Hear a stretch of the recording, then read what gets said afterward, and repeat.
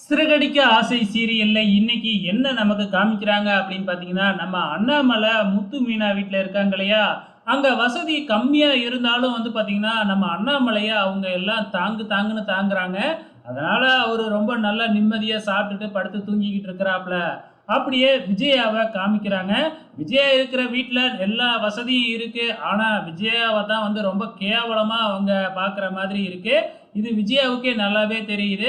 சாப்பிடும்போது கூட விஜயாவுக்கு பிடிச்ச மாதிரி சாப்பாடு இல்ல. கேரளாவுல சாப்பிடுற அந்த மட்டை அரிசிய வச்சு சமைச்சிருக்காங்களாட்டுக்கு. குண்டு குண்டா இருக்கு. அத அவங்க சாப்பிட முடியாம கிண்டல் பண்ணிக்கிட்டு இருக்கிறாங்க.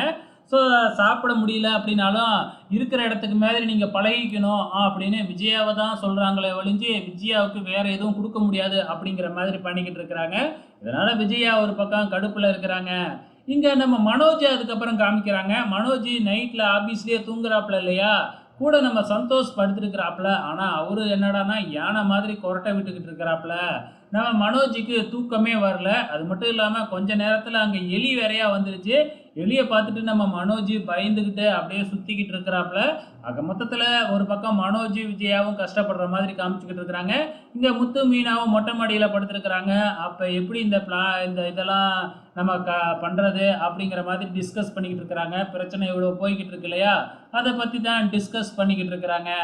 இங்க மறுநாள் வந்து பாத்தீங்கன்னா, ரோகிணி சிந்தாமணிய பார்க்கறதுக்காக வராங்க. சிந்தாமணிக்கு இப்ப யார் யார் எங்கெங்க இருக்கிறாங்க அப்படிங்கிற விஷயமெல்லாம் தெரிஞ்சிடுச்சு. ஆக மொத்தத்துல அந்த குடும்பம் சிதறி போச்சு இல்லையா? அப்படின்னு சந்தோஷத்துல இருக்கிறாங்க. இப்ப ரோகிணி கிட்ட நம்ம சிந்தாமணி என்ன சொல்றாங்க அப்படின்னா, இப்பதான் உனக்கு நீ போய் நேரா மனோஜுக்கு ஆறுதலா இரு. மனோஜ் உன் பக்கம் வந்துருவான் அப்படிங்கிற மாதிரி வந்து பாத்தீங்கன்னா அட்வைஸ் பண்ணிக்கிட்டு இருக்கிறாங்க. இப்ப என்ன நடக்கும்? நம்ம மனோஜ் கூட நம்ம ரோகிணி போயிடுவாப்ல அவங்க வீட்டுக்கு. ஸோ இதுதான் அப்கமிங்ல நடக்கும்னு நினைக்கிறேன். பொறுத்திருந்து பார்க்கலாம்.